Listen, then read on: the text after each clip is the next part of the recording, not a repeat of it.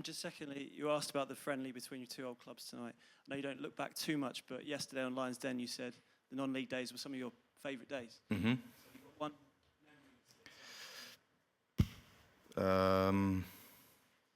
One memory. Yeah, I think it was probably, we played Ebbsfleet away. I scored. I actually ran off, I think pulling my shirt up, and there was one fan in the away end. That was my first goal for Western. Ebbsfleet, I think, had a really big budget at that time. We were fighting to stay up, and we had a long bus journey. JR, bless him, who's passed away now, was the kit man, and he used to make us potato and beans and cheese on the bus. So yeah, just memories like that is definitely very different. You know, him making us pre-match on the bus. You know, we've got a half-cooked potato with some beans out of a tin. It was on rations, and then we turn up and play.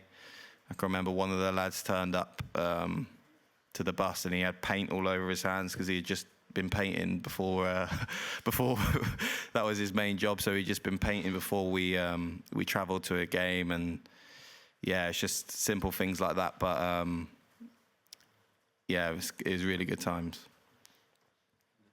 Hi, Ollie. Harry Kane said an interesting thing last week. I think it was before the game against Switzerland, when he said he was asked about how England had found a way through, progressed without playing as well as they could. And he said that he thinks over the years now, England have built up an aura. Which in others, he was implying that other teams, even if England aren't playing well, probably not so much scared of them, but wary of what they can do. Do you agree with that? This team has now got that winning aura. Do you feel like going into the final?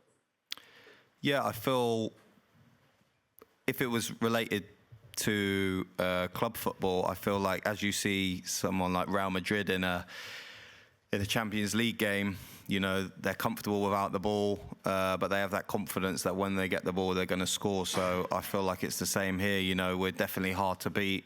Then we just need that one chance, and we can win the game. So it doesn't matter if we're playing poorly or players are having an off day. We still have that world-class talent where we can pop up and get that goal. Okay, Nick.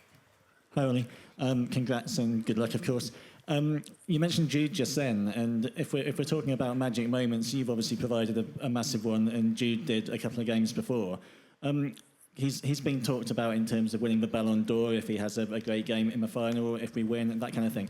I mean, firstly, hypothetically, wouldn't that be great? And also, secondly, could you talk a bit about how he's developed as a member of the squad, as an influence, as a teammate over his sort of 2 or 3 years that you've been in the camp with him?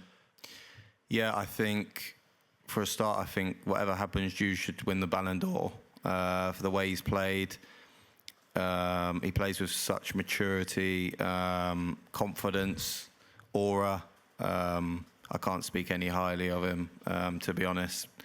But yeah, to see him transition from where he was, obviously I played against him at Birmingham, and even the way he played then, you would have thought he was a seasoned pro, had played a number of games.